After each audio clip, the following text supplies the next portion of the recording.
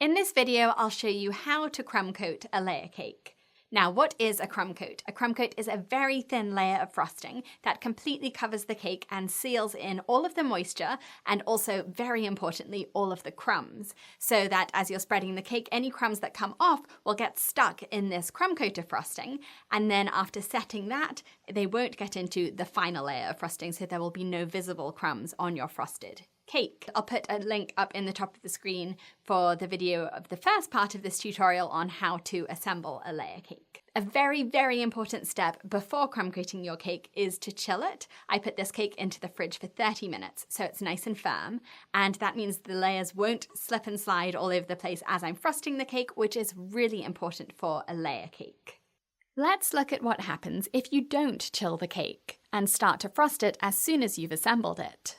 For this cake, I followed all of the steps to assemble it correctly, which I shared in part 1 of this tutorial on how to make a layer cake. Use a blob of buttercream to attach the first cake layer to the cake board, and then alternate filling and cake, using a buttercream dam for runny fillings like jam or caramel, so that they don't ooze out of the sides of the cake and cause bulges in the frosting on the sides of the cake. But after assembling the cake, if you spread frosting onto it straight away, the pressure can push the upper layers sideways, so that they're not sitting directly on top of the layers underneath, and this causes the cake to lean, which is definitely not a good look.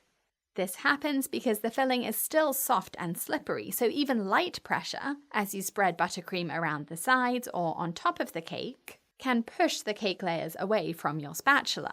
So, put the cake in the fridge for 30 minutes to set the filling and then spread or pipe your frosting on.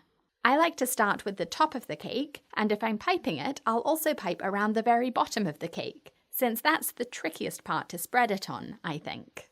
It's a bit quicker to pipe the frosting on rather than scooping it up from a bowl and spreading it on, but either way works.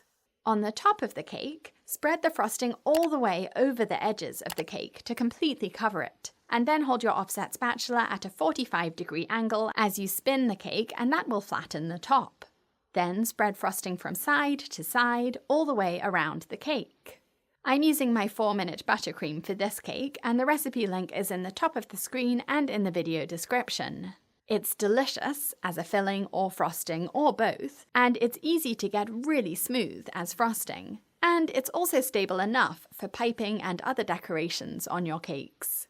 This crumb coat really doesn't have to be neat, because it's going to be covered up by another layer of frosting next.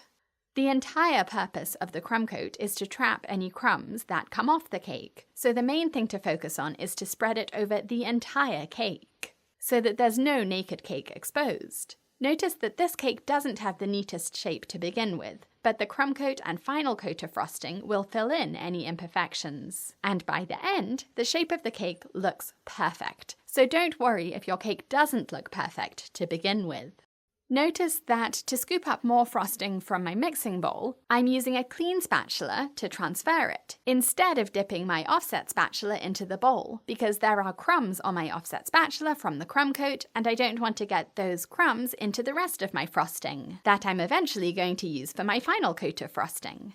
Now, although it's not necessary to take the time to get this frosting perfectly smooth, you don't want any big bulges of frosting to stick out, because those will get in the way when you spread and smooth the final layer of frosting. For the top edge of the cake, push sideways with your offset spatula, and then lift it away to take off that frosting that's sticking up above the cake. Have a little bowl handy to scrape off that extra buttercream from your spatula, because you don't want to scrape this crumbly frosting back into your main bowl of frosting. You can see that this cake definitely does not look perfect yet, but this is all going to be covered up by another layer of frosting, so it doesn't matter that it's not neat and smooth yet. I use the crumbly frosting from my little bowl to spread into any indents on the cake, to make use of this frosting instead of throwing it away. I should mention that this crumb coat can be plain white, like this, or the same colour as your final coat of frosting. If your final coat colour is dark, like red or black, a white crumb coat will act as a barrier to prevent that dark colour from staining your cake underneath.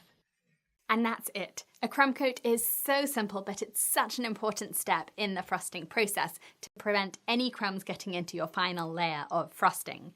In the next part of this tutorial, I'll share how to do the final layer of frosting, where you take your time to get it really smooth and really neat. I hope this has been useful. Ask me any questions in the comments, and I'll see you in the next one. Subscribe to my channel for a new cake decorating tutorial every week, and visit my cake school on britishgirlbakes.com to learn hundreds of cake decorating techniques and designs to take your cakes from beginner to professional. Thanks for watching.